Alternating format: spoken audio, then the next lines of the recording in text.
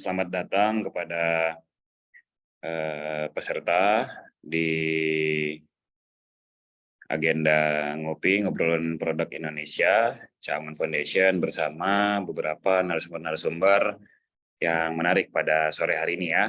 Yang selanjutnya saya menyapa dulu beberapa narasumber yang sudah hadir. Ada Bang Erik Nababan, Atas Perdagangan KBRI Ankara Turki. Selanjutnya juga Bapak Dika Yudhistira selaku Direktur Eksekutif CAF dan Asisten Staf Sus Bidang Ekonomi Wakil Presiden Republik Indonesia, dan juga ada Bang Fatah Umasugi, importir kopi di Turki dan diaspora Turki. Untuk peserta yang sudah bergabung, untuk saya ucapkan lagi selamat datang, sembari kita bersiap dan menunggu peserta yang lain yang akan masuk ke Zoom meeting pada sore hari ini ya.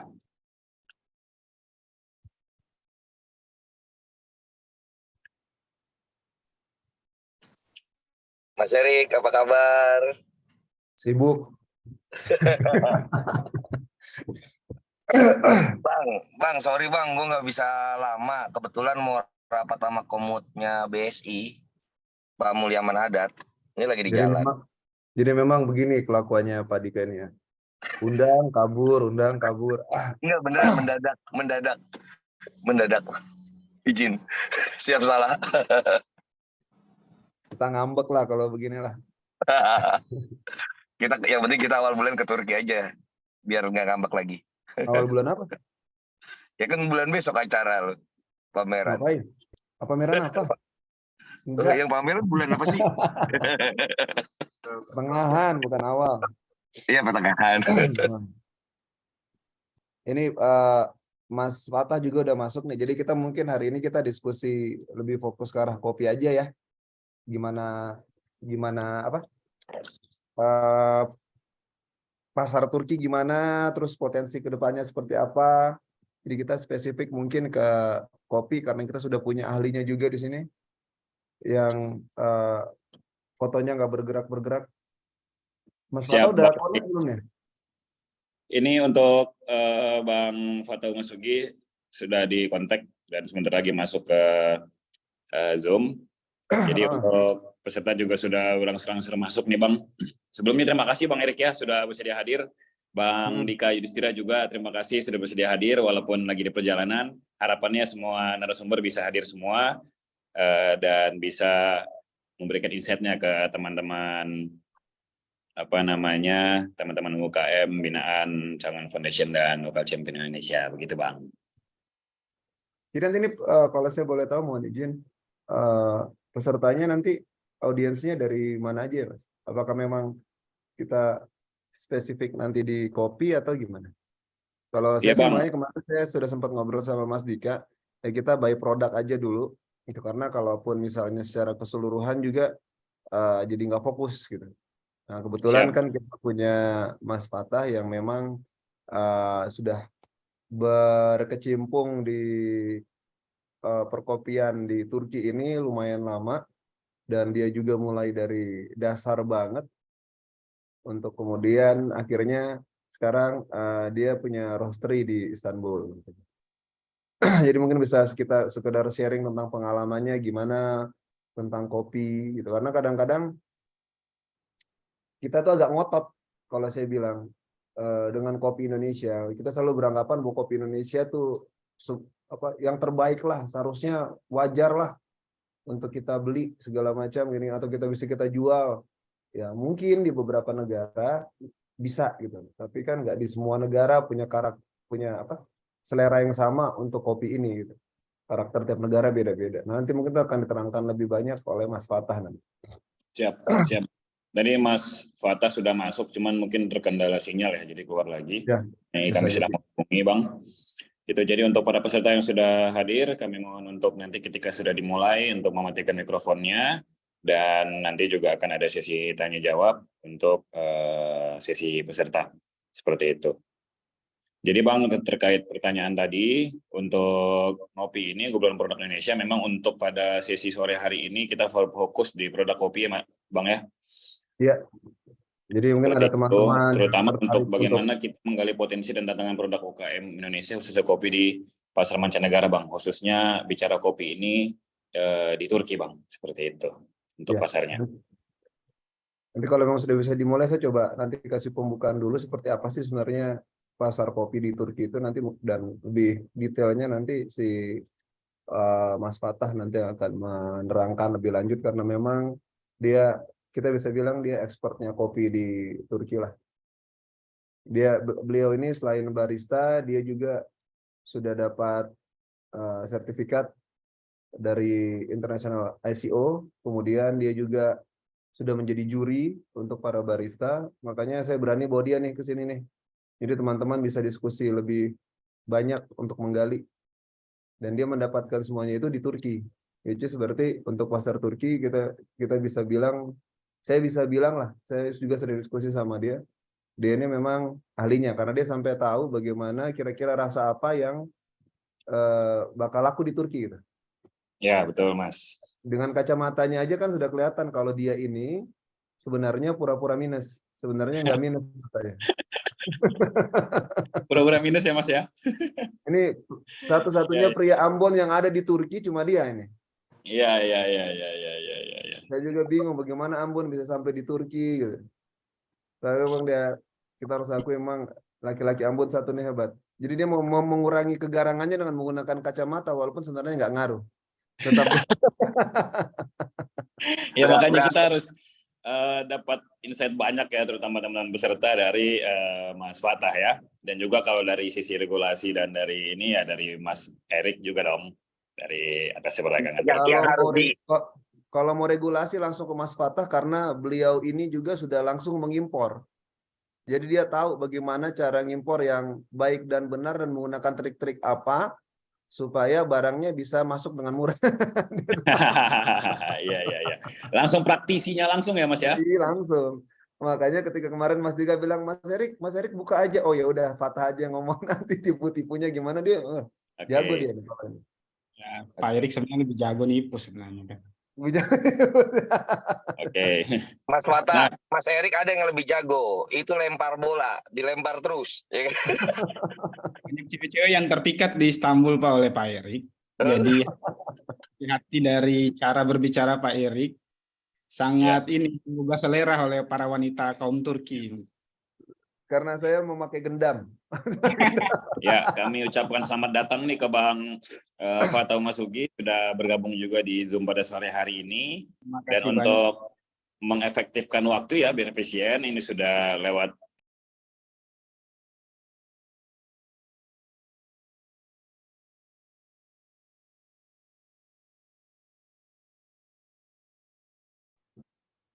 Ya, tes, suara saya masuk ya.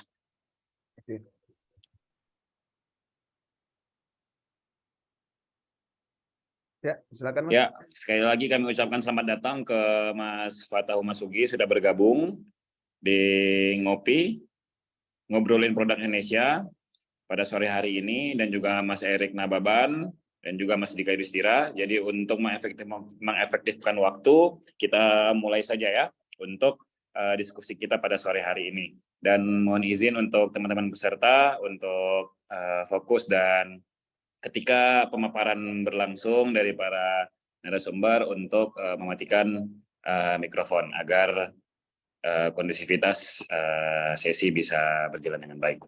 Oke, untuk yang pertama ini kami akan serahkan ke Mas Dika Yudhistira untuk memberikan opening speech. Mas Dika Yudhistira ini juga selaku Direktur Eksekutif Changman Foundation dan juga menjabat sebagai Asisten Stafsus Bidang Ekonomi Wakil Presiden RI. Dipersilakan kepada Mas Dika untuk memberikan opening speech. Bismillahirrahmanirrahim. Assalamualaikum warahmatullahi wabarakatuh. Salam sejahtera buat kita semua. Pertama-tama saya ucapin makasih nih buat abang saya, Bang Erik, ya kan, yang selalu support teman-teman UKM untuk di pasar Turki, dan juga terima kasih juga oleh Mas Fatah ya yang memang background-nya juga luar biasa untuk terkait penguatan kopi. Mungkin mohon maaf saya juga tidak bisa lama karena juga setelah ini juga akan ada rapat juga terkait pembiayaan UKM ya. Saya aja sedikit membuka saja sebenarnya bahwasanya ketika kita melihat hari ini juga pertumbuhan untuk pasar ekspor kopi di Indonesia ini di mancanegara ini juga selalu semakin meningkat dan semakin permintaan di berbagai macam negara juga cukup bagus. Kalau kita juga mengacu, saya juga melihat kalau data permintaan impor kopi Turki ya untuk dunia ya, di Turki itu juga per tahunnya naik ya sampai 12,21%. Berarti itu juga di situ melihat dua potensi itu juga potensinya sangat baik di pasar Turki. Oleh karena itu mungkin sore hari ini Mas Erik dan diperkuat oleh Mas Fatah bisa coba mengupas tuntas potensi, strategi dan apa terkait pasar kopi di Turki. Mungkin di sini juga teman-teman dari banyak pihak ya. Saya juga mengundang dari berbagai macam pihak, dari berbagai macam rekanan mitra, baik itu dari BNI, dari Astra, dari berbagai macam pihak. Mungkin nanti pelan-pelan akan banyak yang hadir menjadi peserta. Mungkin itu aja. Sekali lagi semoga sore ini dan kedepannya ya Mas Erik ya, semoga terus berlangsung nih Mas Erik. Bukan hanya sekedar seremonial aja nih. Mohon disupport juga nih Mas Erik sama Mas Fatah nih. Kita coba strategikan bersama bagaimana semakin bertumbuh ya ekspor kopi Indonesia ke pasar Turki. Mungkin itu aja Mas Gatra. Terima kasih. Oke, baik. Terima kasih Mas Dika untuk sedikit sepatah katanya terkait ngobrolin produk Indonesia, khususnya potensi kopi untuk pasar mancanegara, khususnya di Turki. Jadi kurang lebih Caman Foundation ini menghadirkan berbagai stakeholder untuk kita membahas potensi-potensi produk yang bisa dimaksimalkan, khususnya oleh UKM-UKM yang ada di Indonesia. Oke, terima kasih Mas Dika Yudhistira. Ini selanjutnya nih kita akan sama-sama mendengarkan beberapa sharing dan juga insight dari Mas Erik dan Mas Fatah, terutama kalau bicara dengan diskusi nanti dengan Mas Erik, ini akan coba kita discuss terkait bagaimana jenis-jenis produk UKM yang memiliki potensi ekspor ke pasar Turki. Walaupun sore ini kita bahas tentang kopi ya Mas ya, tapi mungkin juga nanti boleh di-sharing Mas, kira-kira produk-produk UKM apa saja yang punya potensi untuk diekspor ke Turki. Selanjutnya bicara strategi pemasaran produk UKM ke Turki seperti apa, dan juga persyaratan dan regulasi. Nanti juga mungkin akan di-share juga ya oleh Mas Fatah. Juga kalau khusus oleh Mas Fatah nanti bagaimana potensi produk kopi Indonesia di negara Turki, juga tantangan dalam ekspor untuk produk kopi ke pasar Turki, dan peluangnya, serta spesifikasi produk kopi yang diminati di pasar kopi, seperti itu. Nah, ini kira-kira siapa duluan nih Mas? Mau Mas Erik dulu atau Mas Fatah dulu nih? Saya dulu lah, biar nanti tinggal Mas Fatah, nanti biar kami tinggal aja sendiri di sini. Oh, ini memang langsung pergi nih Mas ya. Ya, kami harap semoga Mas Erik dan Fatah bisa sampai akhir. Jadi teman-teman peserta juga bisa bertanya langsung ke dua narasumber yang luar biasa pada sore hari ini. Mungkin untuk awal ke Mas Erik dulu ya. Dipersilakan Mas Erik tadi terkait bicara jenis-jenis produk UKM, potensi ke Turki bagaimana, strategi pemasarannya, serta bagaimana persyaratan dan regulasi. Dipersilakan Mas Erik Nababan atas perdagangan KBRI Ankara Turki. Waktu dan tempatnya. Siap, terima kasih. Sebenarnya kalau kita berdasarkan usia, mungkin Mas Fatah lebih dulu lah. Kita menghormati yang lebih tua. Jadi teman cuman ya karena memang kebetulan saya yang mewakili pemerintah di sini, saya boleh coba share screen. Saya cuman cerita sedikit aja nih tentang kondisi Turki terakhir. Jadi mungkin bisa jadi gambaran juga. Siap, boleh Mas. Ini host sudah memberikan permission. Tinggal di sharing, tinggal di share saja Mas. Ini saya nggak panjang kok, cuman dikit aja. Pertama yang memang harus kita coba pahami itu tentang keadaan Turki saat ini ya. tentang keadaan ekonomi, ya walaupun yang namanya keadaan ekonomi ini kan akan terus berputar.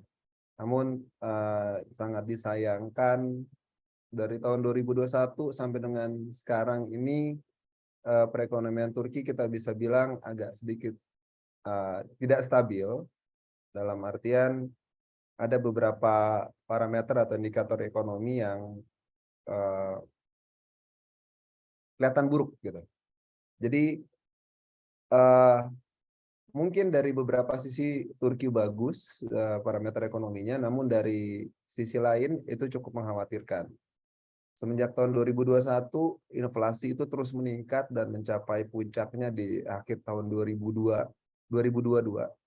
Bahkan menjadi negara dengan inflasi tertinggi kedua setelah Argentina.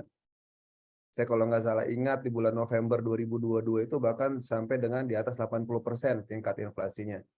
Yang berarti memang hal ini akan mempengaruhi daya beli masyarakat Turki. Kemudian di samping itu nilai tukar dolar sebagai perbandingan aja, ketika saya datang pertama kali di tahun 2020, 1 US dollar itu sama dengan 5,8 Turkish lira. 5,8 Turkish lira. Sekarang 1 dolar itu per hari ini kalau saya nggak salah, tadi saya baru cek sekitar 24. Which is hampir naik lebih dari 4 kali lipat. Yang berarti memang itu akan sangat mempengaruhi ekspor dan impor dari negara tersebut. Ketika dolar semakin mahal, berarti barang impor dari negara manapun termasuk Indonesia, untuk masuk ke Turki, mereka akan membutuhkan lebih banyak lira untuk membayar US dollar yang mereka pergunakan untuk mengimpor produk apapun itu. Nah, itu akan sedikit mempengaruhi mungkin upaya-upaya kita untuk meningkatkan ekspor dari Indonesia ke Turki. Walaupun secara indikator lainnya, kita bisa lihat di sini memang Turki cukup bagus, ekspornya terus meningkat, impor juga terus meningkat. Kenapa saya bilang impor meningkat itu bagus? Karena sebagian besar dari impor Turki itu dipergunakan untuk memproduksi barang yang kemudian akan dipergunakan di pasar domestik ataupun untuk meningkatkan ekspor mereka. Kemudian yang menjadi salah satu ukuran lagi yaitu GDP Turki yang juga terus mengalami peningkatan walaupun pandemi, bahkan di tahun 2021 kalau saya nggak salah mereka meningkat, 2021 ketika semua negara lagi sakit dengan pandemi, perekonomian setiap negara sakit dengan akibat pandemi, mereka malah bisa naik di atas 10%. Karena memang mereka sangat fokus dan sangat spesifik, detail dalam menangani pandemi kemarin. Perdagangan Turki Indonesia bisa kita lihat, kita tetap surplus. Ini saya ambil data kuartal pertama tahun 2023. Walaupun kita tetap surplus, namun demikian kalau dilihat dari total nilai perdagangan mengalami penurunan. Kenapa mengalami penurunan? Karena seperti yang saya sampaikan tadi, nilai impor Turki dari Indonesia turun 22,6%. Nah, kenapa bisa turun? Salah satu penyebabnya seperti yang kami sampaikan tadi, bahwa untuk mengimpor suatu produk akan menjadi lebih mahal karena nilai US dollar yang semakin menguat dan nilai Turkish lira yang semakin melemah.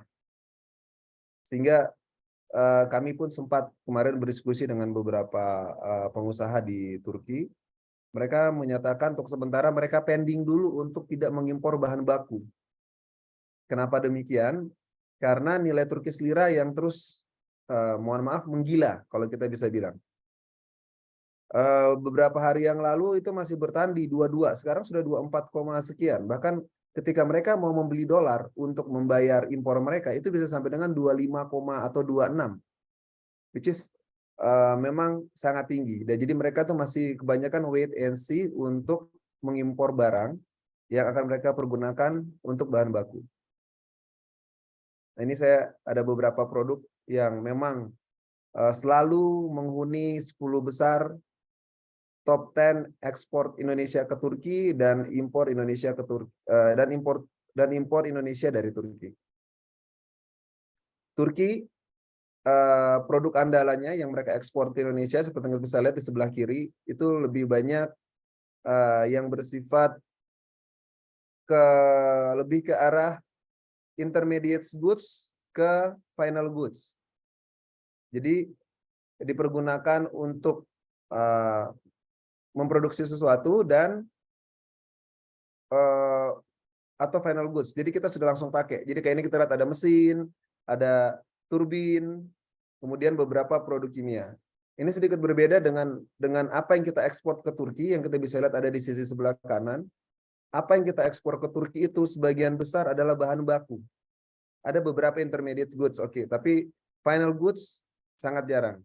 Nah, dari sini kita bisa lihat bahwa sebenarnya struktur ekspor dan impor itu Indonesia dan Turki itu sudah cukup jelas bahwa kita lebih banyak mengambil final goods dari Turki, sedangkan Turki lebih banyak mengambil raw material atau intermediate goods untuk mereka pakai dalam proses produksi mereka. Ini ada beberapa saya coba kompilasi beberapa produk Indonesia yang mungkin masih memiliki potensi. Ini di luar yang produk yang ini, di luar produk-produk utama ini. Tapi ada potensi untuk meningkatkan ekspor atau bahkan mungkin memulai ekspor produk-produk ini ke Turki. Di sini ada desiccated coconut, ada charcoal, ada coffee bean, cocoa powder, ada wood pellets, kemudian pepper products, tropical fruits, dan spices. Nah, produk-produk inilah yang masih punya kemungkinan, kalau menurut hasil penerawangan kami, ini yang memiliki potensi, masih punya potensi untuk ditingkatkan, atau bahkan mungkin baru pertama kali kita mencoba masukkan ke Turki. Dan mohon maaf, lagi-lagi ini ya produk yang sifatnya raw material.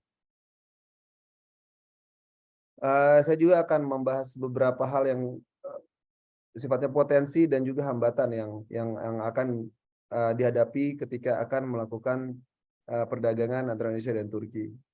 Potensi Turki sebagai big market, seperti yang tadi sudah ada di slide awal. Kenapa dibilang big market? Karena Turki ini merupakan negara di kawasan Eropa atau bahkan mungkin di seluruh kawasan di sekitarnya dengan jumlah penduduk yang paling besar.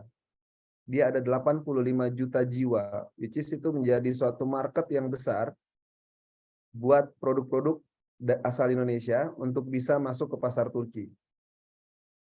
Kemudian Turki itu juga merupakan hub, jadi dia bukan hanya sebagai pasar tujuan akhir, tapi dia juga menjadi hub bagi negara-negara yang ada di sekitarnya, terutama negara-negara di Afrika Utara, negara-negara Timur Tengah, dan juga bisa menjadi hub bagi masuk ke negara-negara Eropa, terutama di negara-negara Eropa bagian timur. Karena kebanyakan negara-negara Eropa bagian timur, seperti yang kita ketahui, mereka itu landlocked. Jadi tidak memiliki laut untuk pelabuhan. Dan Turki bisa menjadi hub buat mereka karena kita bisa sampaikan di sini infrastruktur Turki itu sudah sangat bagus. Mereka sudah memiliki jalan yang menyambung dari ujung timur sampai ujung barat dan kemudian untuk tembus sampai ke Eropa. Sehingga Turki ini bisa menjadi salah satu hub bagi negara-negara di timur Eropa, terutama negara-negara yang tidak memiliki pelabuhan. Kemudian salah satu potensi lagi yang bisa kita gali adalah Turki ini selalu mendeklar dirinya sebagai negara Muslim country. Jadi setiap saya ketemu dengan orang-orang yang ada di sini atau pengusaha-pengusaha di sini, they always said that we are brotherhood in Islam. So itu akan menjadi suatu potensi buat kita untuk dapat lebih mendekatkan diri atau menjadi dasar buat kita untuk memulai suatu hubungan dengan teman-teman di Turki dengan lebih mudah. Namun demikian, walaupun memiliki potensi, masih banyak juga kendala-kendala yang harus kita hadapi. Trade barriers, itu kita masih terkendala dengan tarif, yang mana Turki ini memang memiliki struktur tarif yang sedikit berbeda dengan negara-negara lain. Dalam struktur tarif mereka tidak hanya menempatkan MFN, tapi juga ada 2 tambahan tarif yang bisa mereka kenakan sewaktu-waktu sesuka-suka mereka. Dan itu tidak menyalahi peraturan di WTO karena tidak melampaui batas atas yang mereka notifikasikan ke WTO. Jadi selain MFN tarif, mereka juga punya additional custom duty yang bisa mereka kenakan kapan saja sesuai dengan keputusan presiden, dan hal itu sudah pernah terjadi ketika awal pandemi. Mereka menetapkan lebih dari 5.000 HS number mereka kenakan additional custom duty, dan itu jumlahnya dengan besarannya itu lumayan, jadi bisa dari 5 sampai dengan 40%. Salah satu yang sangat terdampak di awal pandemi akibat pengenaan additional custom duty ini adalah produk kertas dari Indonesia yang dikenakan, saya kalau nggak salah 15-20%, which is 15 sampai dengan 20%, kita bisa bilang itu kan duit uang. Jadi 15-20% itu sangat besar jika kita jadikan ke nilai uang dari total ekspor Indonesia ke Turki, dan itu memang sangat berpengaruh. Bisa turun sampai dengan 60 sampai dengan 70% ekspor Indonesia ke Turki pada waktu itu untuk produk kertas. Kemudian Turki juga menerapkan beberapa import policy yang seperti sampaikan tadi. Import policy mereka itu bisa kita bisa bilang mereka bisa menetapkannya itu sewaktu-waktu. Sebagai contoh, mereka menerapkan kebijakan impor palm oil 0%, tapi itu hanya untuk 3 bulan. Dan pada waktu itu memang kita belum siap, negara Indonesia belum siap, sehingga dalam 3 bulan itu kita kehilangan kesempatan untuk bisa masuk ke pasar Turki. Karena sebenarnya kalau tanpa ada kebijakan tersebut, Indonesia dikenakan 31%. Nah, kebetulan Turki pada waktu itu mungkin sedang mengalami shortage untuk vegetables oils, jadi mereka menerapkan hanya 3 bulan. Nah, import policy Turki ini yang sering berubah sewaktu-waktu sesuai dengan kebutuhan ini bisa juga menjadi hambatan bagi kita untuk melakukan perdagangan dengan Turki. Obstacles berikutnya yaitu public relation. Jadi kita memang kalau kami bisa sampaikan agak sedikit terlambat untuk mulai masuk ke Turki. Saya ini adalah atas perdagangan yang pertama di Turki, dan saya baru datang di tahun 2020. Sementara beberapa negara ASEAN lain seperti Malaysia, Vietnam, mereka sudah mulai mendekatkan diri mereka ke Turki dan melihat Turki ini sebagai satu pasar yang potensial itu jauh sebelum-sebelumnya. Bahkan Malaysia sudah memiliki FTA dengan Turki sejak tahun 2015.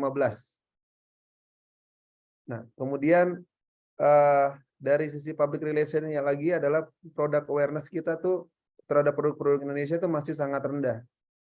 Kenapa kami sampaikan seperti itu? Karena berdasarkan pengalaman kami bertemu dengan beberapa orang Turki di Turki ini selama kami penugasan selama 3,5 tahun, banyak dari mereka yang belum tahu Indonesia itu bisa memproduksi berbagai macam produk. Mereka hanya tahu Indonesia itu Bali dan gempa Aceh. Sementara yang lainnya mereka tuh mungkin hanya 1-2 orang, hanya sangat sedikit yang tahu tentang Indonesia. Itu baru Indonesia secara keseluruhan, belum produk-produk Indonesia. Sebagai contoh, misalnya kenapa saya akhirnya bilang ke Mas Dika supaya kita ngomongin tentang kopi aja. Karena untuk kopi asal Indonesia mereka tuh hanya tahu kopi Sumatera Mandailing.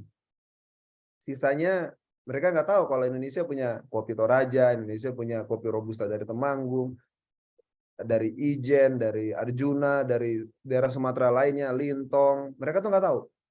Mereka hanya tahu Indonesia itu Sumatera Mandailing. Nah, itulah kenapa ini menjadi salah satu hambatan buat kita atau kendala buat kita untuk memulai perdagangan dengan Turki. Kita harus punya efforts lebih untuk menanamkan dalam pikiran orang Turki bahwa Indonesia itu dapat memproduksi berbagai macam produk dan dengan kualitas yang baik.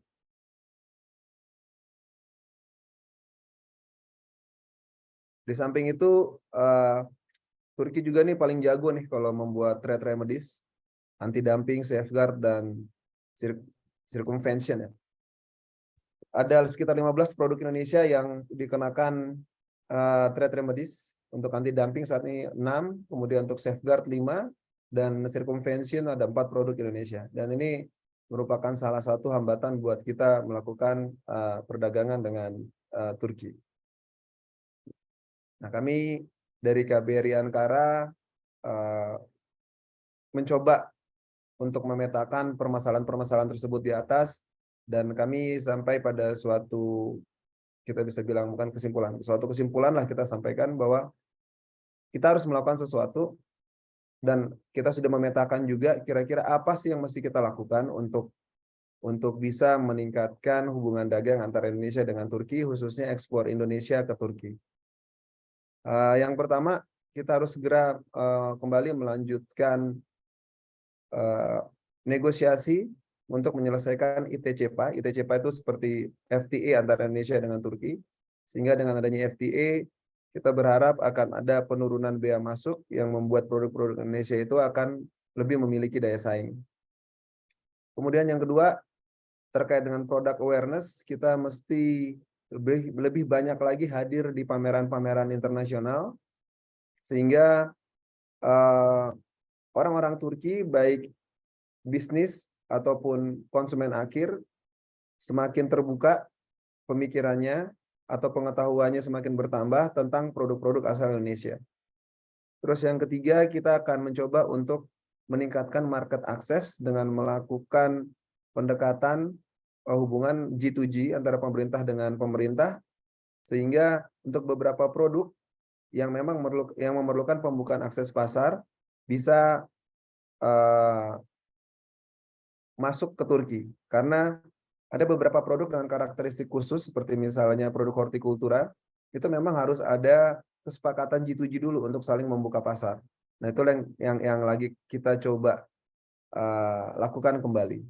Di samping itu kita juga coba ada beberapa cara seperti misalnya melakukan barter trade untuk membuka akses pasar, di mana dengan barter itu, barter ini bukan antara G2G ya, tapi B2B. Jadi antara eksportir Indonesia dengan eksportir Turki, kita coba untuk menjalin hubungan yang sifatnya barter, which is tidak butuh dolar. Karena perputaran uang itu hanya akan ada di dalam negeri masing-masing. Nah, ini ITCPA, perkembangannya. Kemudian ini beberapa international exhibition yang rencananya akan kami ikuti di tahun 2023, yaitu F Istanbul, tanggal 12 sampai 14 Juli, yang tadi mungkin Mas Dika bilang Mas Dika juga akan ikut hadir. Walaupun saya nggak yakin karena biasanya dia janji-janji aja, tapi beliau sibuk sekali. Kemudian Ankara Cafe Festival tanggal 22 sampai 24 Desember yang akan dilaksanakan di Ankara. Nah, tahun kemarin kita udah ikut beberapa pameran. Yang pertama itu di sektor craft di Istanbul. Kemudian Ankara Cafe Festival di tahun 2022.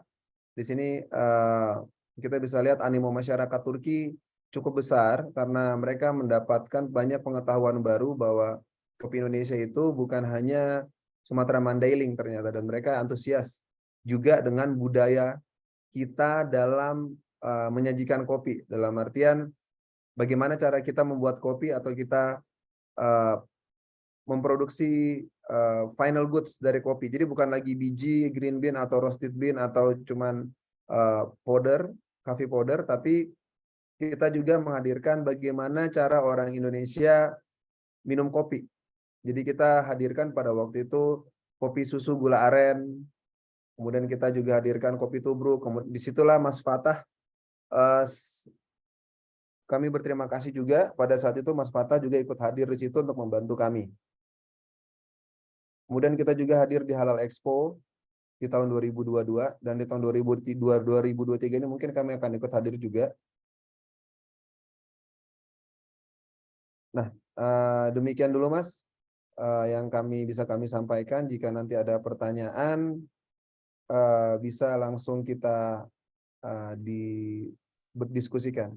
Nah, saya mohon izin mungkin di kesempatan ini kita lebih banyak membahas tentang kopi, walaupun tidak tertutup kemungkinan jika ingin menanyakan sesuatu kepada kami akan kami coba jawab juga. Kenapa kami bilang kopi? Karena ya tadi kita saat ini sedang mencoba meningkatkan ekspor kopi dari Indonesia ke Turki. Kenapa demikian? Karena berdasarkan data yang dikeluarkan oleh Turkstat itu BPS-nya Turki.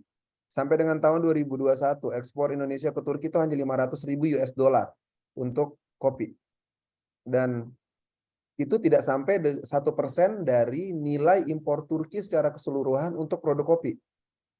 Even Belanda, Jerman, Inggris, mereka ekspor lebih banyak daripada kita. Padahal mereka nggak punya kopi gitu.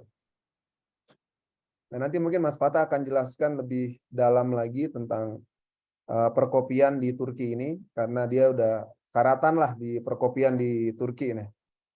Mulai start dari kita bisa bilang jaga-jaga toko kopi, ya kan? Terus kemudian dia belajar menjadi barista, sudah mendapatkan sertifikat sebagai barista, kemudian dia naik lagi tingkat menjadi roaster. Bahkan beliau sudah menjadi juri untuk pertandingan barista. Jadi barista mana yang jago, yang menang, dia yang juriin. Iya. Saya juga nggak tahu kenapa dia bisa juriin. Entah kemampuan dari mana, gendam apa yang dia pakai, tapi akhirnya dia dipercaya sebagai juri di acara Covex. Covex itu salah satu eksibisi kopi terbesar di Turki. Itu acara kopi tahunan. Nah, Mas Fatah ini dijadikan juri di situ. Berarti memang beliau ini punya kompetensi, terutama ketika beliau tidak pakai kacamata. Hanya saya sekarang beliau pakai kacamata, jadi mungkin kompetensinya berkurang. Demikian. Demikian dari saya, mungkin kita bisa lebih dalam lagi nanti diskusinya. Mungkin Mas Fatah bisa nanti sedikit menceritakan tentang perkopian di Indonesia. Kadang-kadang kita selalu berpikir bahwa kopi Indonesia is the best, semua harus bisa terima, ternyata tidak. Karena tiap negara itu, tiap konsumen di masing-masing negara punya karakteristik kopi yang mereka suka. Gitu. Pasar di masing-masing negara berbeda. Mungkin Indonesia menghasilkan kopi bla bla bla. Mungkin di Amerika oke, mungkin di Jepang oke, tapi belum tentu di Turki. Nah, untuk pasar Turki ini kebetulan kita punya ahlinya yang agak kurang kompeten karena kacamata yang dia pakai sekarang. Mungkin kita bisa bertanya ke dia sekarang. Oke, The makasih floor Mas. is yours, Mas Fatah. Makasih Mas Erik. Nanti setelah ini Mas Fatah harus lepas kacamata ya. Ya, kalau pakai kacamata agak berkurang kompetensinya. Terima kasih Mas Erik. Tadi sudah cukup banyak ya pemaparannya perihal potensi ekspor khususnya kopi ke Turki, juga di ekonomi di rentang 2022 sampai saat ini, juga potensi serta kendala dan juga beberapa hal-hal yang perlu ditingkatkan untuk meningkatkan pasar ke. Nah, selanjutnya mungkin untuk para peserta mohon izin kami mengisi link absen sudah ada di conversation. Mungkin untuk beberapa peserta yang ingin bertanya mungkin bisa bersabar dulu karena kita akan langsung mendengarkan pemaparan dari Mas Fatah terkait bagaimana kopi Indonesia di negara Turki, terus bagaimana spesifikasi produk kopi untuk bisa diminati di pasar Turki. Apalagi tadi disampaikan oleh Mas Erik bahwasanya ini menjadi salah satu perhatian utama juga bicara produk kopi ya Mas ya di Turki ya, seperti itu. Nah, agar efektivitas berjalan, kami langsung serahkan ke Fatah. Dipersilakan Mas, jangan lupa Mas buka kacamatanya Mas biar lebih dalam. Terima kasih. Karena permintaan dari Pak Erik, saya lepaskan kacamata biar enak gitu. Aduh. Jadi permintaan dari atas perdagangan ya, yang satu-satunya di Turki. Jadi kita turuti lah. Terima kasih. Assalamualaikum warahmatullahi wabarakatuh. Terima kasih banyak. Salam yang hangat. Jadi saya ingin mengucapkan terima kasih kepada semua yang hadir. Terima kasih juga kepada Pak Erik dan semua yang hadir di sini, juga Canggon Foundation juga. Terima kasih banyak sudah mengundang saya untuk berbicara di sini.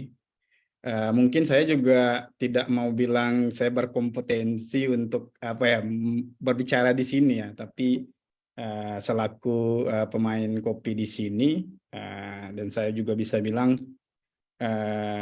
saya sedikit tahu banyak tentang perkopian yang ada di Turki. Saya Fatah Umasugi, saya dari Ambon. Berkuliah di sini, lulus, kemudian saya membangun sebuah perusahaan bersama teman di sini, Tropica Coffee Roastery, dan mulai mengimpor kopi sebenarnya. Mulai tahun lalu kita impor. Mungkin informasi sedikit bahwa kita mungkin sudah impor sebanyak 3-4 ton kopi, dan kemudian ada sekitar 1 ton dari Cocoa Bean. Mungkin saya mau mulai dengan apa ya, Turki dengan kopi gitu. Jadi relasi dari Turki dan kopi. Ya, Turki adalah salah satu negara yang memiliki budaya minum kopi yang kaya dan unik. Itu tidak terlepas dari mereka.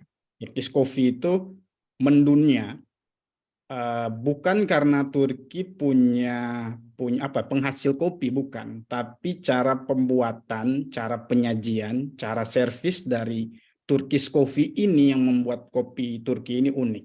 Jadi sejarah Turki dan kopi ini sebenarnya tidak bisa kita lepaskan gitu. Turki sudah mengenal kopi lama sebelum mungkin juga orang-orang Indonesia mengenal kopi, karena kopi-kopi pertama Turki itu diambil mulai dari Yaman waktu itu, Yemen, negara-negara Yemen di situ, kemudian mulai juga dari Ethiopia pada awal-awalnya. Jadi Turkish Ottoman Empire itu juga sudah meminum kopi pada saat itu, walaupun mungkin pada saat itu sejarahnya kopi Turki ini lebih banyak diminum ketika Ramadan tiba, jadi untuk mendapatkan energi pada saat itu. Jadi saya mau masuk dengan Turki itu, budaya kopi Turki itu sudah sangat melekat di budaya mereka, kopinya sendiri. Kemudian saya juga mau masuk, mungkin saya nggak ada slide ya, karena baru dihubungin oleh Pak Erik 2 hari yang lalu, jadi saya tidak bisa banyak memperlihatkan slide saya, tapi mungkin saya coba untuk menjelaskan sedikit tentang bagaimana sih pandangan orang Turki terhadap kopi Indonesia. Jadi yang tadi pandangan orang Turki terhadap kopi sendiri, mereka bukan orang baru. Dan pandangan orang Turki terhadap kopi Indonesia, kita lebih spesifik lagi. Ya seperti Pak Erik bilang tadi, bahwa Indonesia itu memang lebih banyak dikenal dengan gempanya, dengan balinya dibandingkan dengan produk-produknya. Nah, kalau produk kopi sendiri, komoditi kopi ini di Turki lebih banyak orang mengenal, iya memang Sumatera kopi pada saat itu, karena ya kita semua mungkin ada sini, bapak-bapak ibu semua yang hadir di sini juga tahu bahwa kopi paling banyak sebelum tahun 2015 itu paling banyak kopi itu diproduksi oleh orang-orang di Sumatera gitu, khususnya di daerah Mandeling itu, karena produksinya banyak dan bisa memasarkan banyak gitu. Jadi orang-orang di Eropa, khususnya di Amsterdam dan di Jerman itu suka kopi Sumatera yang berbau atau yang prosesnya adalah wet hull. Jadi giling basah. Kalau di Sumatera itu banyak kopi atau metode pencucian itu kita kenal dengan giling basah. Nah, itu kopi itu paling banyak ada di pasar, di market internasional gitu. Jadi banyak orang Amsterdam, orang-orang Belanda, dan orang-orang orang Jerman itu beli. Nah, mulailah dari situ kopi Indonesia itu menyebar sebenarnya. Jadi kopi Indonesia sebenarnya tidak menyebar dari Indonesia sendiri. Yang menyebarkan kopi Indonesia di market dunia ini sebenarnya adalah 2 negara yang besar, yang mana kita tahu tentang kopi Sumatera ini banyak dimiliki oleh orang Belanda dan orang Jerman. Jadi orang Belanda dan orang Jermannya yang sebenarnya yang memperkenalkan kopi Indonesia di dunia sebenarnya. Kemudian apa lagi ya, untuk pasar Turki sendiri itu ngambilnya sebenarnya dari Belanda dan dari Jerman. Jadi pada saat itu banyak kopi Indonesia yang dikenal di sini oleh teman-teman saya, oleh para teman-teman di coffee shop, coffee roaster itu lebih banyak kenal kopi Indonesia Mandeling dan giling basah.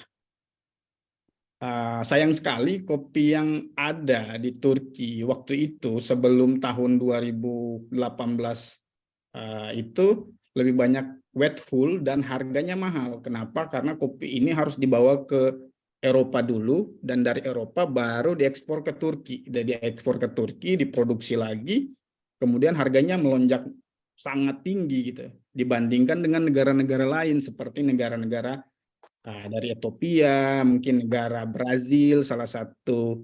Nah, salah satu pemasok kopi terbesar di Turki juga adalah Brazil. Brazil, terus kemudian ada Kolombia dan kemudian diikuti dengan Ethiopia. Itu kopi atau negara-negara yang paling banyak dikenal oleh orang Turki. Bahkan beberapa tahun yang lalu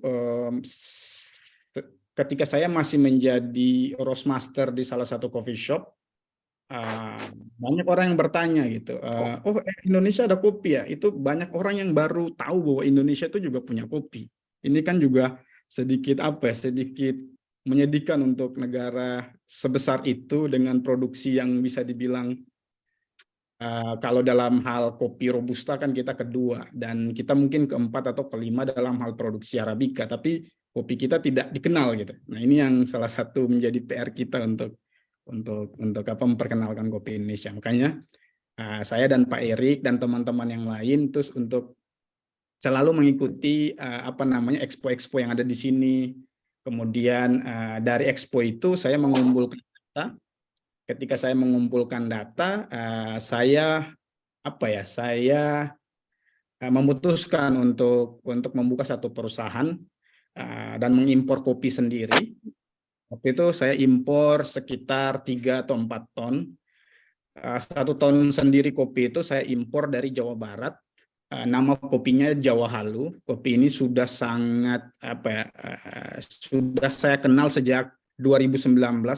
Saya pertama kali meminum kopi ini dikirim oleh teman dan saya ingin membawa kopi ini ke Turki waktu itu. Karena kopi Indonesia di Turki sendiri itu tidak banyak yang berkualitas dan tidak terkenal gitu. Jadi kalau kita ambil kopi dari Indonesia yang tadi yang dibilang Mandeling, Giling, Basa dan lain-lain itu, ketika kita adu dengan kopi-kopi yang lain yang ada di sini seperti kopi dari Brazil, kopi dari Ethiopia itu kualitasnya tidak apple to apple gitu. Kopi Indonesia selalu rasanya yang mohon maaf aja, rasanya lebih ke nutty, kemudian spicy. Nah, di dalam mungkin saya belum masuk ke dalam specialty coffee, tapi lebih ke general saja dulu. Kopi-kopi Ethiopia itu memang sudah dari sananya sudah enak sendiri gitu, karena memang kita tidak bisa pungkiri bahwa kopi itu juga dalam sejarahnya, dalam penelitiannya itu memang berasal dari Ethiopia gitu. Seperti mungkin cengkeh dan pala yang berasal dari Maluku itu tidak bisa ditandingi oleh cengkeh dan pala dari negara manapun karena memang asal tempatnya memang di situ gitu. Nah, kemudian kopi-kopi Indonesia yang dibawa di sini, yang tadi saya bilang melalui jalur-jalur tertentu sehingga harganya melonjak naik. Yang tadinya kita beli kopi Ethiopia dengan harga $7-8, kopi Indonesia yang rasanya biasa saja, itu di sini dinilai seperti kopi yang biasa saja, tapi harganya hampir sama dengan kopi-kopi yang tadi kita, bahkan lebih daripada kopi-kopi yang tadi saya sebutkan. Nah, ini yang menjadi masalah, orang tidak banyak mau menyentuh kopi Indonesia. Kemudian saya masuk ke dalam komunitas specialty coffee. Komunitas specialty coffee ini saya juga juri national championnya di sini untuk brewing dan barista. Saya juga sertifikasi judge nasional di sini juga. Jadi saya mencari-cari informasi ini sebelum saya membuka Tropika. Jadi ketika saya buka Tropika ini, saya tahu apa yang harus saya lakukan. Sebenarnya saya bisa masuk dari berbagai cara, mulai masuk dari kopi yang murah, terus kemudian dengan kualitas yang oke gitu, yang bisa bersaing gitu. Tapi saya karena punya komunitas specialty coffee, jadi saya masuk melalui jalur komunitas itu. Nah, dengan 8 karung Jawa Halu yang saya bawa itu dalam waktu 1 atau 2 bulan tuh Jawa Halu habis dan mulai orang itu mengenal kopi Indonesia bukan lagi kopi yang giling basah tadi, tapi sudah tahap fermentation gitu. Jadi kita sudah buat fermentasi untuk kopi ini. Jadi prosesnya adalah anaerobik proses. Dibuat oleh Ibu Rani di Gunung Halu, Jawa Barat. Bahkan saya kontrol semua prosesnya, bahkan untuk pH-nya, kemudian cara untuk memix kopi juga itu juga butuh untuk dikontrol. Nah, kenapa saya harus melakukan hal itu? Jadi yang tadinya oke untuk panen saja terus kemudian kita jual kan enak gitu. Sebenarnya itu enak ketika kopi kita sudah terkenal sekali seperti mungkin Brazil. Nah, Brazil saat ini apapun yang kita minta, jadi kalau di dalam dunia industri itu Cina itu adalah negara yang bisa bisa produksi apa saja. Nah, di Brazil saat ini dalam kopi dia bisa produksi apa aja. Jadi kalau Pak Erik mau kopi yang biasa saja, dia produksi biasa saja. Mau Pak Erik produksi specialty, dia akan bisa produksi specialty. Jadi dia sudah tidak lagi seperti Indonesia yang satu petani panen cuma 200 kilo, 300 kilo, itu udah nggak lagi. Udah satu family itu udah panen sampai dengan 100 ton, 200.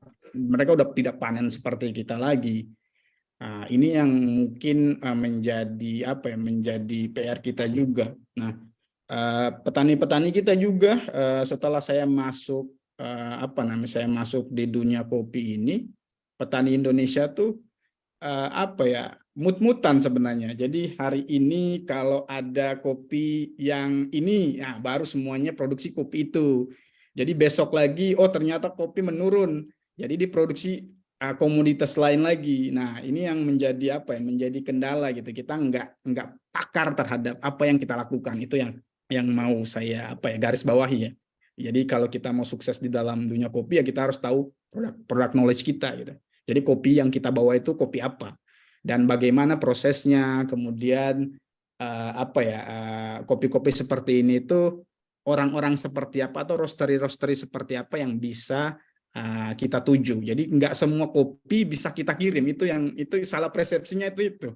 Jadi ada kopi ini kan tentang rasa dan aroma ya. Jadi tidak semua kopi itu diterima oleh orang gitu. Jadi jangan hanya kita referensinya adalah kesukaan kita gitu. Kalau kita suka sambal kita suka cabai, tapi belum tentu orang Jerman itu suka cabai gitu kan. Nah, itu yang harus kita lihat sebagai penjual itu, kita akan menjual apa yang orang mau, apa yang orang mau beli. Itu yang penting. Jadi jangan sampai kita menjual apa yang kita suka gitu. Itu ya kalau umpamanya ada yang kita suka dan orang suka ya itu beda ya. Tapi kita memaksa orang untuk suka terhadap apa yang kita suka kan itu agak sedikit aneh juga.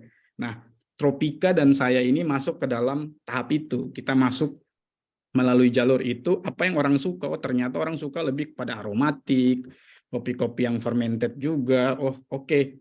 Kita bawa 8 karung, kita coba, ternyata mendapatkan apresiasi yang besar di sini. Dan kopi Indonesia mulai berganti, jadi dari yang kopi yang biasa saja, spicy rasanya menjadi fruity sekarang. Jadi dalam penilaian kopi, dalam komunitas specialty penilaian kopi itu kita lebih berpatokan pada kopi-kopi yang aromanya bagus, enak, kopi-kopi yang rasanya itu fruity dibandingkan dengan kopi-kopi yang spicy gitu. Nah, itu yang harga-harganya murah menurut kita. Nah, mulai dari situ sebenarnya saya harus mulai untuk memperkenalkan kopi Indonesia dan alhamdulillah juga banyak yang tertarik dan mau ambil gitu.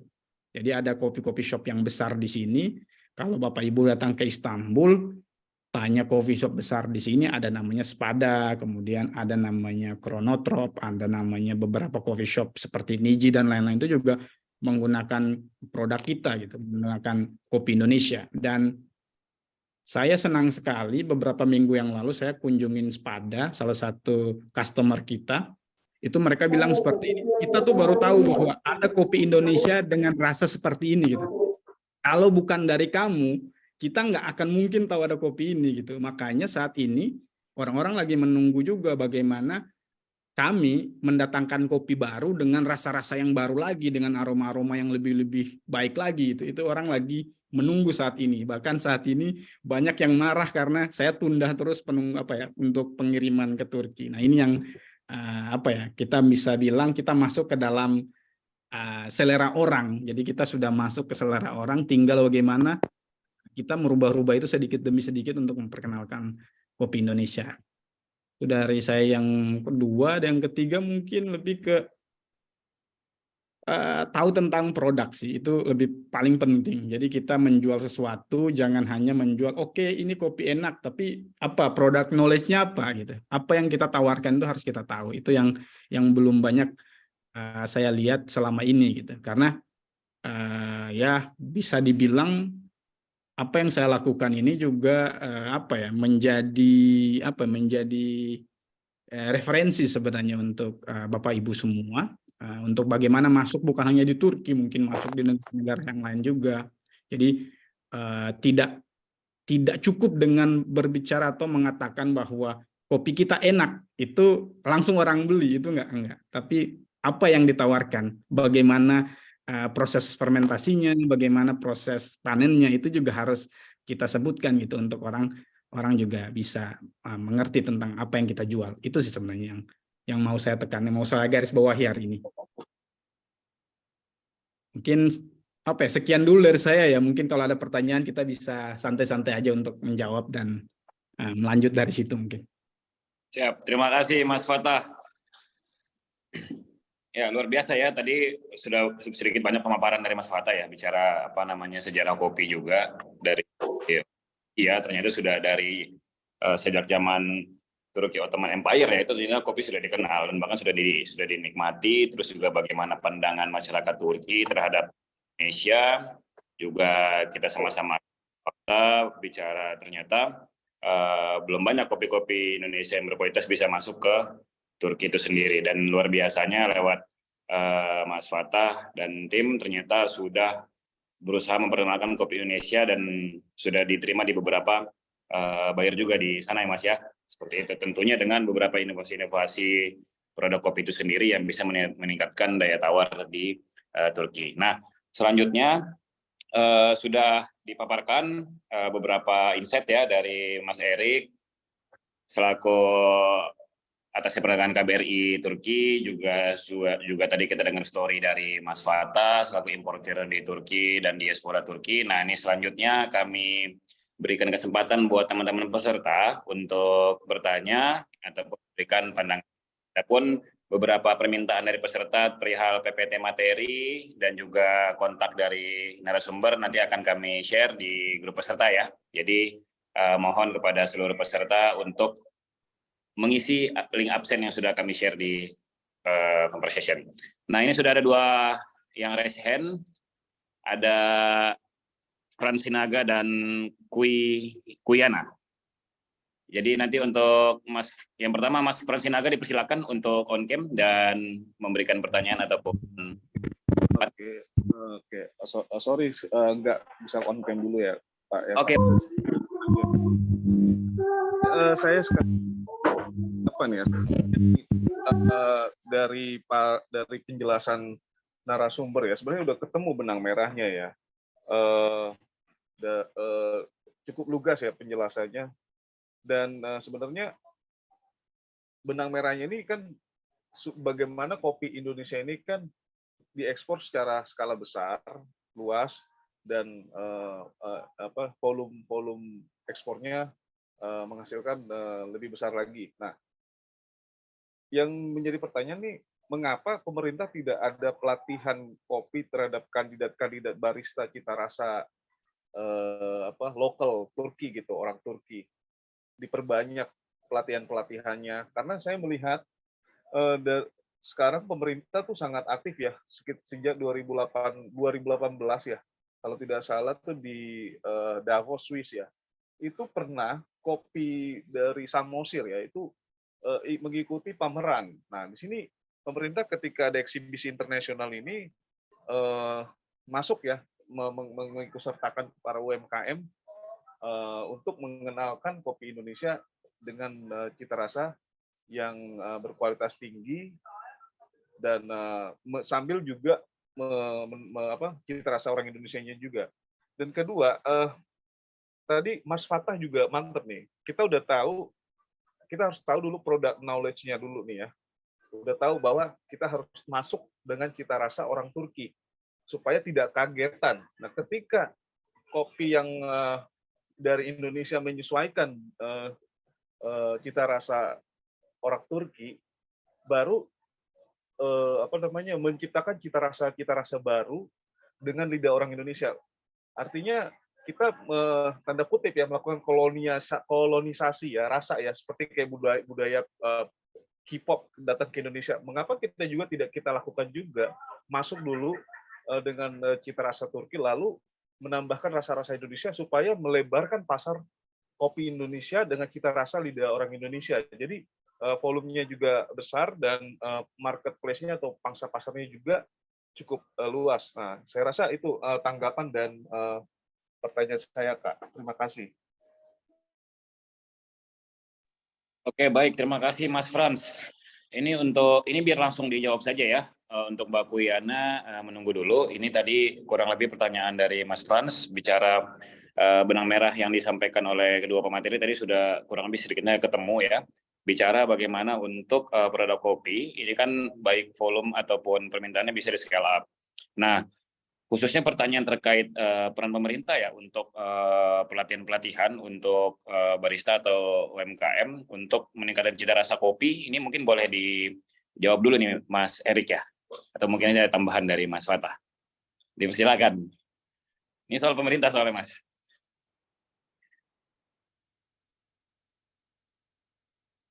Enggak ada suara. Belum Pak. Mas Erik, Mic-nya belum nyala Mas. Ya, saya bukannya mau menghindar atau apa. Saya memang bagian dari pemerintah Indonesia. Cuma memang perlu kita akui bahwa berdasarkan pengalaman pribadi kami bukan hanya sebagai pegawai pemerintah, tapi khususnya sebagai kita yang ada di pasar luar negeri gitu. Jadi memang kendala itu bukan hanya dari masalah pendidikan. Kita mulai dari awal aja deh. Kalau kita ngomong masalah kuantitas, kita nggak usah ngomong kualitas dulu. Gitu. Kita ngomong kuantitas saja. Sebenarnya kami yang ada di Turki ini, bahkan mungkin juga Mas Fatah tahu bahwa kami mencoba meningkatkan ekspor. Tapi memang mungkin karena permintaan kopi ini terus meningkat, sehingga produksi di dalam negeri sendiri pun sepertinya tidak terlalu bisa untuk memenuhi pasar ekspor. Kita nggak usah ngomong kualitas, kita ngomong kuantitas saja dulu nih. Kenapa demikian? Karena kita pun adalah bangsa peminum kopi sebenarnya. Kita adalah bangsa peminum kopi, jadi kebutuhan kopi domestik juga tinggi. Sementara untuk ekspor semakin meningkat permintaan. Dari tahun ke tahun tuh permintaan kopi di luar negeri itu semakin meningkat. Nah, dari sisi situ saja kita, saya sebagai orang yang ada, sebagai konsumen lah yang ada di Turki, atau bahwa kita tuh memang harus meningkatkan dulu nih. Sama seperti yang tadi Mas Fatah bilang, di Brasil tuh mereka bisa memproduksi beribu-ribu ton gitu. Indonesia juga iya bisa beribu-ribu ton, tapi saya rasa itu belum cukup. Pernah ada kejadian sudah deal kontrak dengan importir di sini, tapi ketika akan pemenuhan kontrak tersebut tidak bisa. Karena apa? Karena barangnya nggak ada. Jadi kita ngomong dari hal yang kecil dulu deh. Kita nggak usah ngomongin tentang masalah pendidikan barista untuk menyesuaikan selera di setiap negara gitu. Nah itu mungkin tugas Mas Fatah lah yang di sini yang untuk bisa, karena tidak mudah gitu untuk menentukan Turki seleranya ini, Amerika seleranya ini, Inggris seleranya ini, kalau kita tidak bermukim di sana gitu.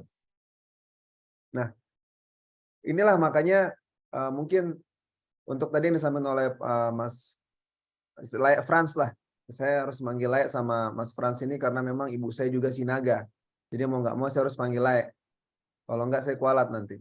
Jadi buat Layak Frans, memang kalau kami lihat untuk pemenuhan yang tadi yang Layak bilang bahwa kenapa tidak ada pendidikan barista-barista untuk bisa menyesuaikan kebutuhan kopi dari masing-masing negara, selera kopi dari masing-masing negara. Itu bukan suatu hal yang mudah memang kalau untuk pendidikan barista seperti itu, karena memang untuk bisa mengetahui selera atau untuk bisa mengetahui preferensi seseorang itu memang butuh bukan hanya pendidikan tapi juga waktu dan juga mungkin feel. Sama seperti Fatah. Fatah ini bisa merasakan itu karena sudah berapa puluh tahun dia di sini. Di Turki. Kalau nggak salah dari 2010, 2011 ya Mas Fatah ya. Dan sudah berkecimpung di kopi itu mungkin 2014, 2015. Which is sudah lebih dari 5 tahun. Jadi dia tahu orang Turki maunya apa. Gitu. Nah, kalau untuk pendidikan barista dari pemerintah mungkin nanti saya tidak bisa menjanjikan apa-apa karena memang itu bukan bagian dari saya, tapi bisa saya coba sampaikan tentang kondisi yang ada di Turki dan juga pasti hal yang sama akan terjadi di beberapa negara lain. Kita memang perlu beberapa, kita bisa bilang apa ya, bukan Q grader ya Fatah ya, tapi memang orang-orang yang bisa tahu bahwa untuk Turki itu butuhnya kopi yang ini, untuk US tuh butuhnya kopi yang ini, untuk UK butuhnya yang ini. Dan memang kita perlu tahu itu, dan memang perlu juga kerjasama dengan perwakilan-perwakilan Indonesia yang ada di masing-masing negara untuk bisa tahu. Nah, saya di sini di Turki ini beruntung karena saya bisa ketemu dengan Mas Fatah yang memang sudah berkecimpung di kopi ini sekian lama. Jadi kita bisa sama-sama kolaborasi untuk meningkatkan ekspor kopi. Nah, dengan mengetahui selera dari Turki atau pasar Turki itu apa, kita bisa lebih menspesifikkan lagi kira-kira Turki itu butuhnya apa. Nah, itu saya dapat banyak pengetahuan dari Mas Fatah juga. Bahwa sebenarnya kopi-kopi yang dibutuhkan di Turki itu ya mungkin yang lebih beraroma, yang fruity, yang apa. Nah, itu yang kita coba cari di Indonesia. Nah, cuman balik lagi, ketika permintaan itu sudah ada, di dalam negeri kita siap nggak untuk menyediakan produk-produk itu? Saya nggak tahu nih Mas Fatah kenapa belum datangkan kopinya dari Indonesia. Bisa jadi karena mungkin itu marketing strategi supaya orang lebih penasaran, orang akan cari terus. Mungkin. Yeah. Yang kedua, bisa saja mungkin Mas Fatah belum dapat lagi tuh kopi yang diinginkan oleh orang-orang di sini. Jadi kan sayang, Mas Fatah sudah coba buka jalan, ketika jalan itu terbuka, tapi barangnya nggak ada, gitu. Kan sayang, keahlian yang dimiliki oleh Mas Fatah ini sudah sampai pada suatu kesimpulan, tapi kemudian ketika mau pasar Turki sudah tahu dan mau mengorder dalam jumlah yang mungkin lebih banyak. Kenapa Mas Fatah cuma impor 3-4 ton? Karena kopi yang dia punya ini kopi specialty. Yang harganya mungkin bukan lagi $5-6, tapi mungkin bisa jadi $14. Dia aja untungnya berapa dolar, Tah? Mas Fatah ini hebat.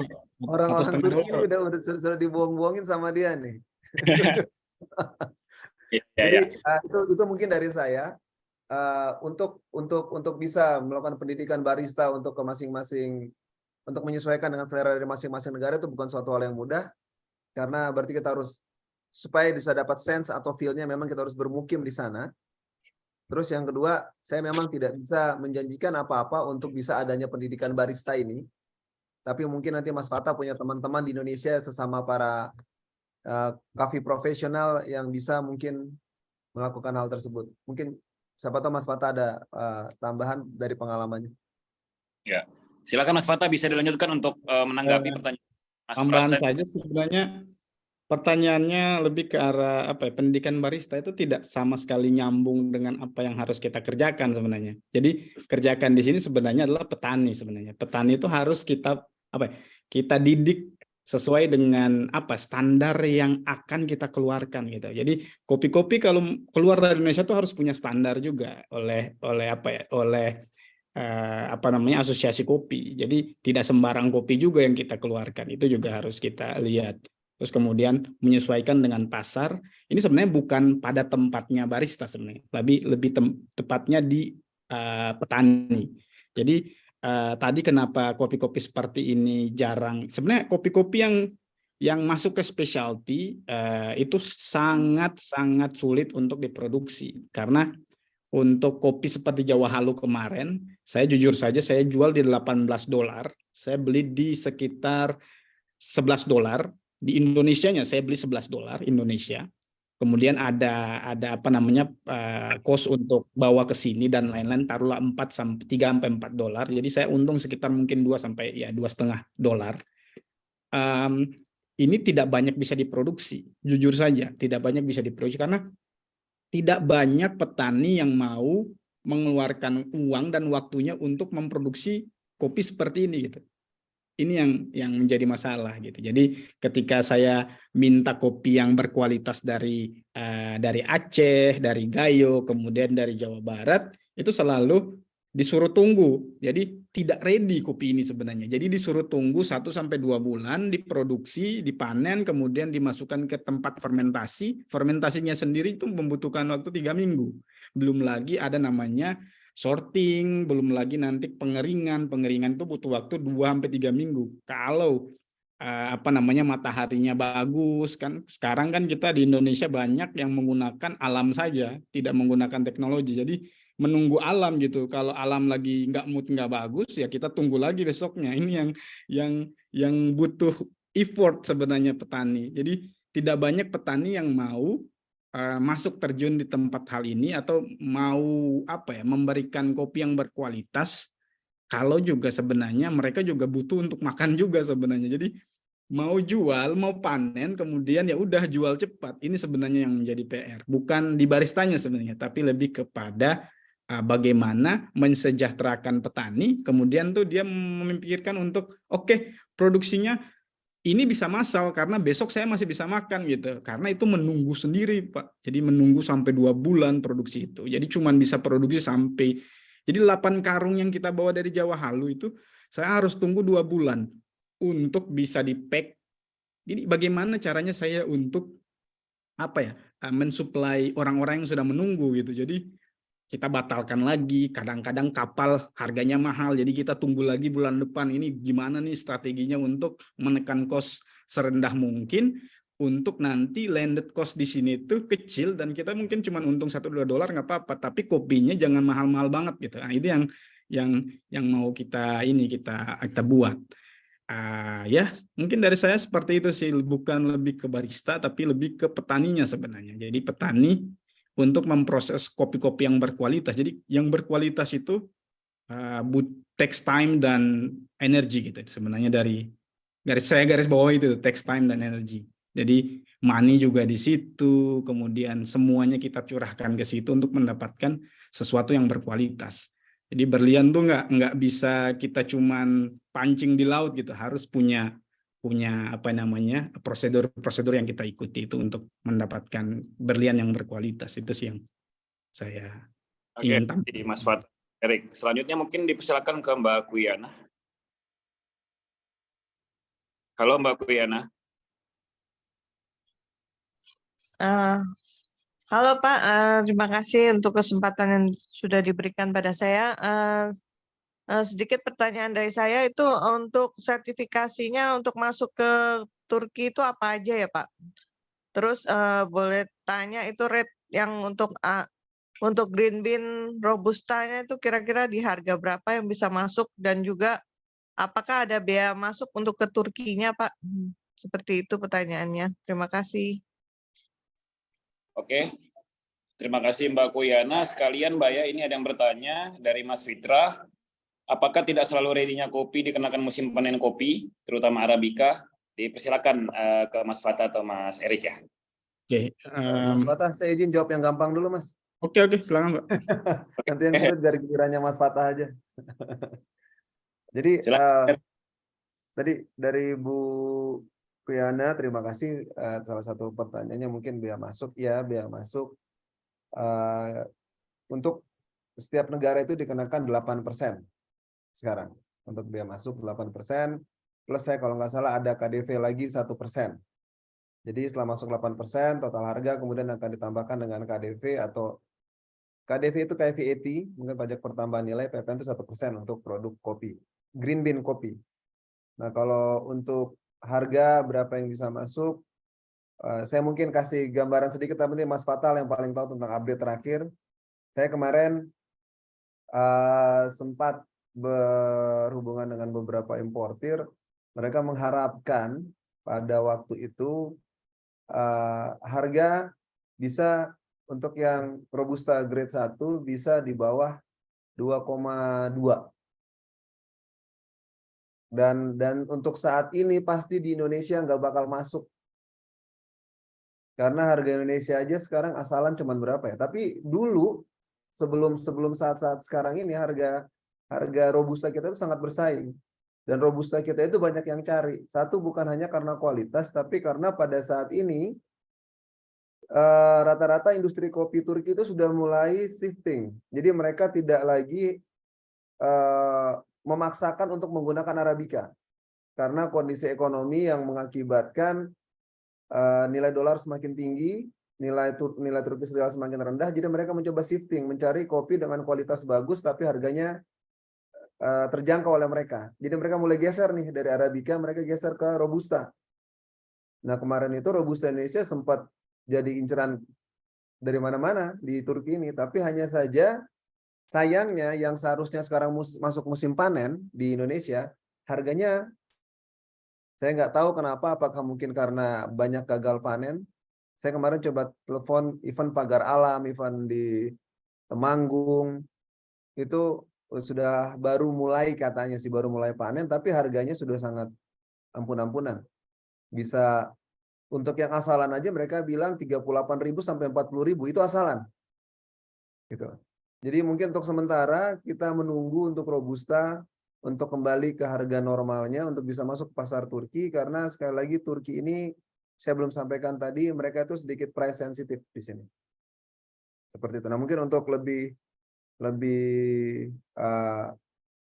detailnya lagi mungkin Mas Fatah bisa menjelaskan juga tentang kira-kira dokumen apa saja yang dibutuhkan sebagai seorang importir untuk membawa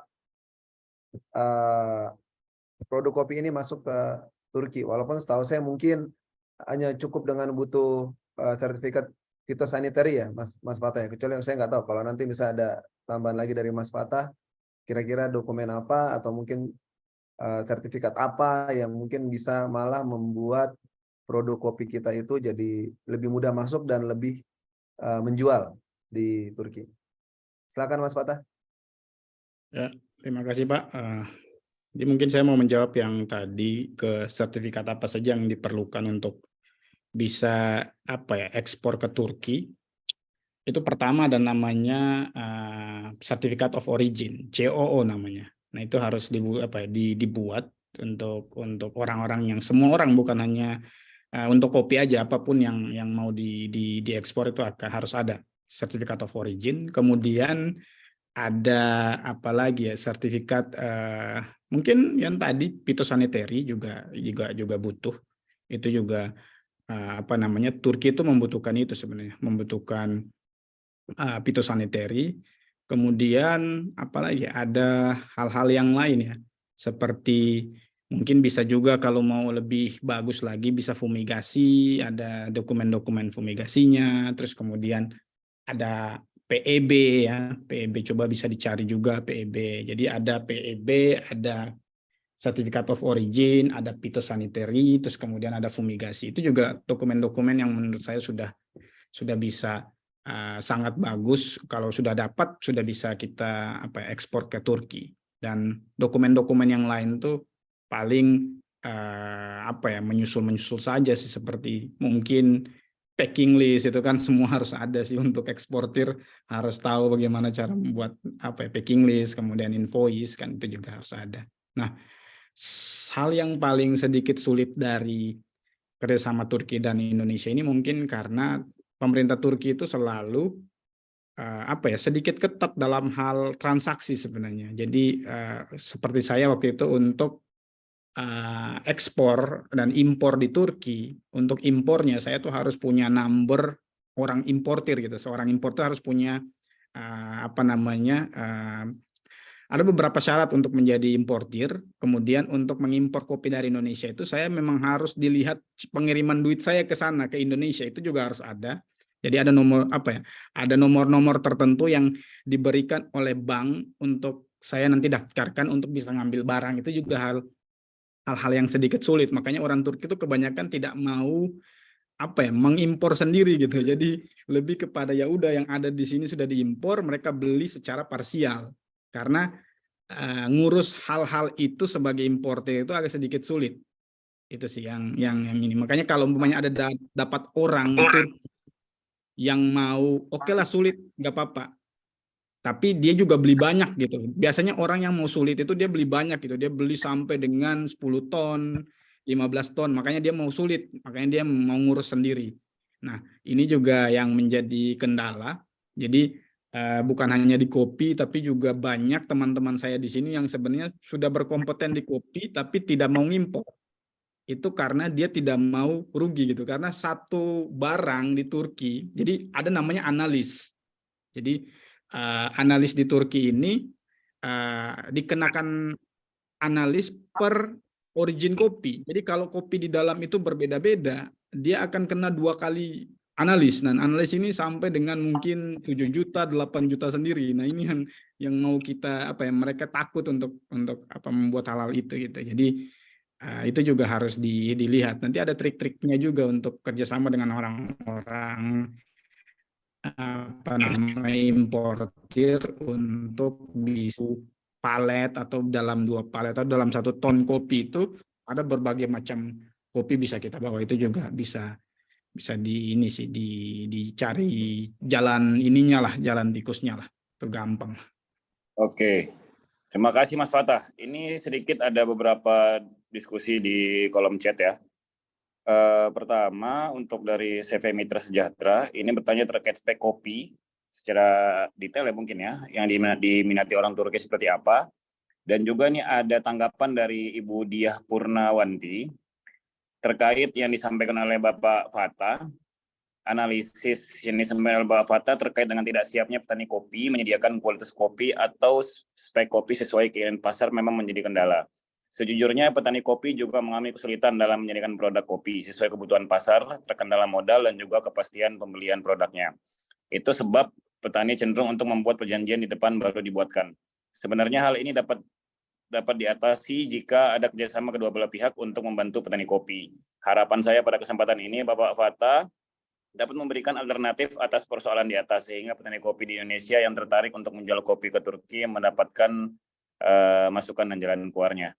Bagaimana Mas? Mungkin bisa ini ya, karena ini ada tambahan dari CV Mitra juga, Bima punya kopi Tambora yang tumbuh di Gunung Tambora yang nggak kalah rasanya. Silakan Mas Fatah, mungkin nanti bisa ada tambahan dari Mas Erik. Oke, untuk ini kan lebih ke cenderung untuk membuat perjanjian dengan importir untuk biar secure buyer gitu. Jadi petani itu kendala dengan modal dan lain-lain. Iya, itu memang terjadi di hampir semua petani kopi yang ada di Indonesia. Namun hal yang paling yang saya sarankan di sini lebih kepada mencari buyer yang memang mau spesifik suatu kopi gitu. Jadi untuk ke Turki dapat orang yang mau kopi umpamanya oke, saat ini Bapak A sudah memproduksi kopi Jawa Halu. Jawa Halu sudah terkenal di sini dan akan ada orang yang datang untuk menghubungi si Bapak A ini untuk mengimpor kopi.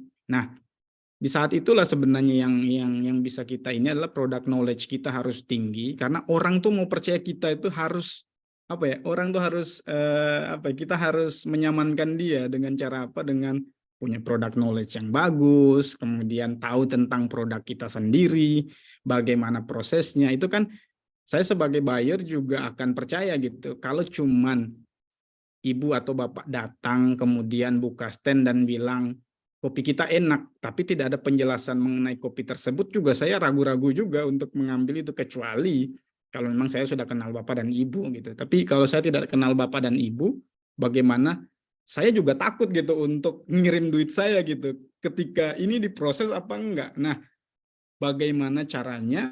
Ya itu tadi dengan dengan product knowledge yang bagus, kemudian tahu tentang kopinya. Makanya kebanyakan orang Indonesia tidak banyak bisa ekspor kopi, kecuali kalau sekarang saya lihat petani-petani yang memang di bidang di situ. Jadi keluarganya membuka lahan, kemudian memproduksi kopi sendiri, bahkan sudah 7-8 tahun, kopi-kopinya sudah terkenal sekarang. Nah, itu memang orang-orang yang memang tiap hari tahu gitu, bahkan jenis kopinya, bagaimana pupuknya, bagaimana dia membersihkan alang-alang di sekitar pohonnya, itu juga menjadi menjadi daya tarik sendiri. Jadi saya sebagai pembeli, buyer itu percaya gitu dengan hal itu. Tapi kalau cuma datang dengan sampel, saya pikir harus punya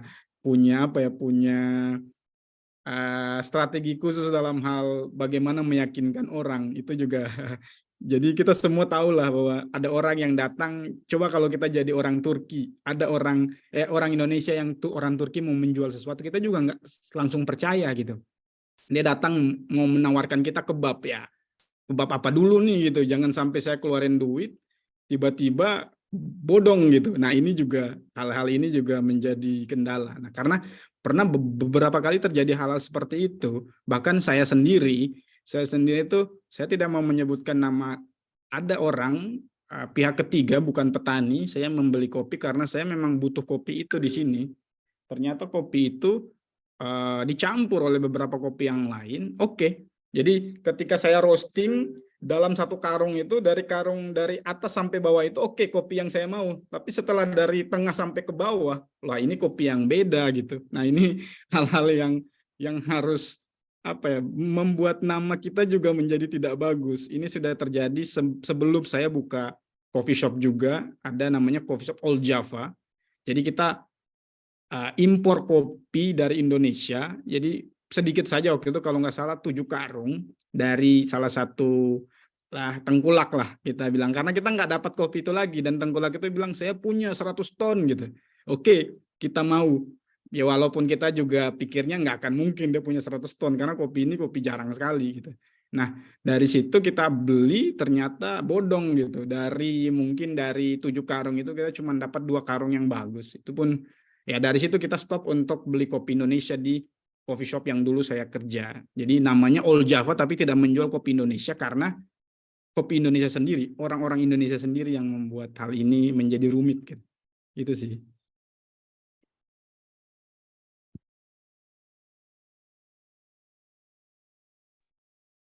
Pak, suaranya belum ada kayaknya, Pak. Oh ya, sorry. Ya, terima kasih Mas Fatah atas tanggapannya, dan juga Mas Erik. Terima kasih juga teman-teman peserta ya sudah memberikan beberapa tanggapan dan juga pertanyaan. Adapun kontak juga sudah diberikan oleh Mas Erik. Nanti mungkin juga akan menyusul Mas Fatah ya di kolom chat. Tapi sebenarnya kami dari Cangon juga sudah menyediakan grup, nanti juga bisa berlanjut komunikasi yang belum selesai di agenda Zoom meeting ngobrolin produk Indonesia. Seperti itu. Nah, nanti mungkin ada, sebelum ditutup, ada sedikit kesimpulan dari closing statement dari Mas Fatah dan juga Mas Erik, dan sedikit kami informasikan juga untuk agenda ngobrolin produk Indonesia ini secara rutin akan kami laksanakan kurang lebih sebulan 2 kali. Jadi untuk teman-teman peserta bisa tetap mengikuti perjalanan ngopi ini secara kontinu ya, seperti itu. Dan untuk sore ini kita membahas tentang kopi, dan di pertemuan selanjutnya kita akan bahas potensi-potensi dan lain dari produk-produk lainnya untuk ke pasar mancanegara, seperti itu. Mungkin dipersilakan Mas Erik, closing statement-nya Mas.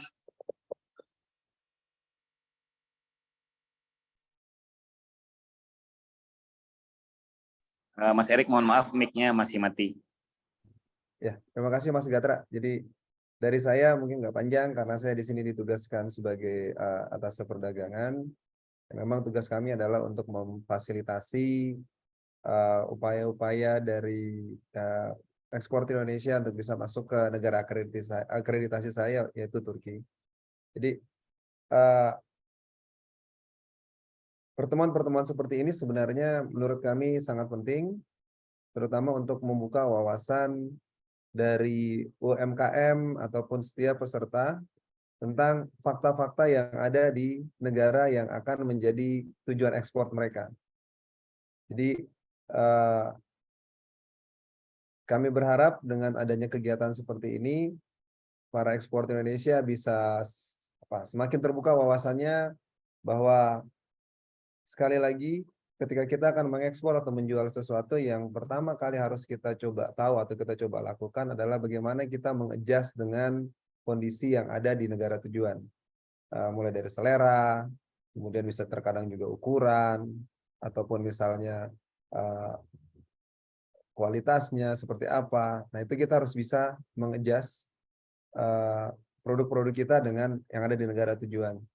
Bukan berarti apabila produk kita laku di negara A, itu akan laku juga di negara B atau di negara C. Jadi kepada para UMKM Indonesia atau para peserta yang hadir di sini, kita harus bisa menjadi lebih kreatif dan inovatif untuk bisa menyesuaikan produk-produk kita dengan negara tujuan ekspor. Tadi disampaikan oleh Mas Fatah, tidak terlalu banyak yang ada di Indonesia, walaupun sekarang sudah mulai bermunculan 1-2, tapi itu menjadi langkah awal lah. Dan saya sangat ingin juga memotivasi kepada teman-teman yang hadir di sini untuk tidak takut untuk berkreasi dan berinovasi, supaya produk-produknya bisa lebih diterima di negara tujuan ekspor, yang mana masing-masing negara tersebut punya karakteristik yang berbeda-beda. Demikian Mas Gatra. Ya, terima kasih Mas Erik. Selanjutnya boleh Mas Fatah. Ya, Mas Gatot, terima kasih. Lebih ke apa ya? Tadi sih lebih ke untuk apa ya? Untuk menjual produk itu kita butuh produk knowledge yang bagus, untuk meyakinkan orang itu butuh itu sih, untuk data-data kopi kita, bagaimana kita memproduksi kopi. Bukan hanya kopi, tapi produk-produk yang lain juga seperti itu. Mau apa cocoa bean, mau yang lainnya itu semua seperti itu menurut saya. Jadi bukan hanya ada kopi terus kita jual, itu tidak selalu bisa gitu. Mungkin bisa tapi tidak selalu bisa. Tapi bertanya kepada buyer keinginannya seperti apa, yang dia mau seperti apa.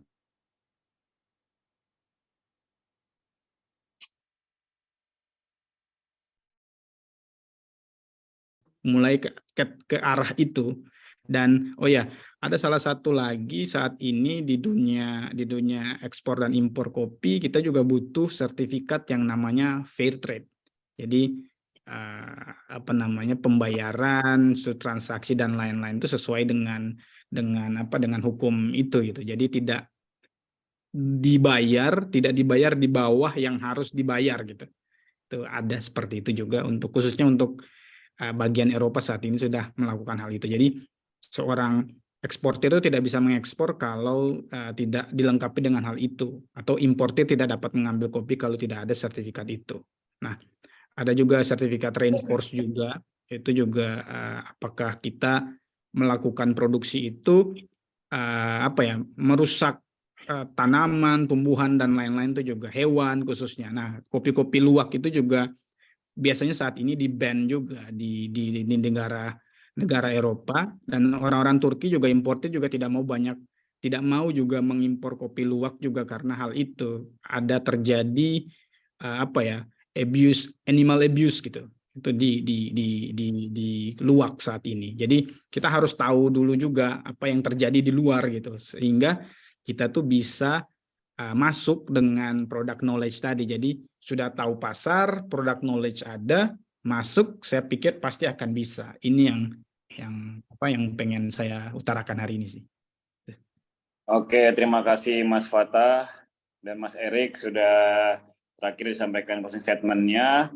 Mungkin mohon izin kepada peserta juga ya, untuk kita sebelum ditutup masuk ke sesi dokumentasi. Jadi mohon izin boleh on kamera. Jadi nanti saya pandu untuk di-screenshot oleh panitia. Mohon izin Bapak Ibu sekalian diaktifkan kameranya, sama-sama kita ambil dokumentasi ya. Baik, saya cek sudah semua atau belum. Mungkin yang belum mohon izin untuk on cam. Oke, sembari menunggu teman-teman yang lain on cam, sekali lagi kami ucapkan terima kasih kepada Mas Fatah dan Mas Erik atas waktu dan perhatiannya ya. Sudah memberikan banyak sekali insight tentang potensi kopi khususnya dan produk untuk masuk ke Turki, dan juga kami terima kasih kepada teman-teman peserta yang sudah hadir. Terima kasih juga atas atensinya pada sesi ngopi pada hari ini, dan sampai jumpa kembali di ngopi berikutnya. Baik, sudah on cam semua. Silakan panitia bersiap. Saya hitung ya, 1, 2, 3. Oke, sekali lagi 1, 2, 3. Oke, baik. Sudah selesai sesi dokumentasi. tadi Mas Erik juga sudah memberikan nomor kontaknya di kolom chat. Nanti untuk kami akan kirimkan kembali via grup. Jadi kami mohon untuk teman-teman semua mengisi link absensi dan kami akan gabungkan ke satu grup untuk kami berikan informasi-informasi agenda ngopi selanjutnya. Terima kasih banyak Mas Erik. Terima kasih banyak juga Mas Fatah. Semoga Terima kasih banyak. dapat berjumpa Sama-sama kembali di sejahtera Bapak Ibu. Kami juga mengucapkan banyak terima Beri kasih. kesempatan. Sampai ketemu lagi. Kami Terima mohon kasih izin banyak. dulu ya. Terima Oke, kasih. terima kasih. Semoga produk Indonesia bisa mendunia. Amin. Amin. Terima kasih banyak. Terima kasih Pak Fatah. Kami Ya, terima kasih. Terima kasih. dari Cangon Foundation izin menutup kegiatan ngopi ngobrolin produk Indonesia pada sore hari ini. Terima kasih semuanya. Selamat sore. Pak Ganda Terima dan kasih. Pak siapa tadi? Pak Erik. Pak Erik, terima kasih untuk kesempatannya. Selamat sore.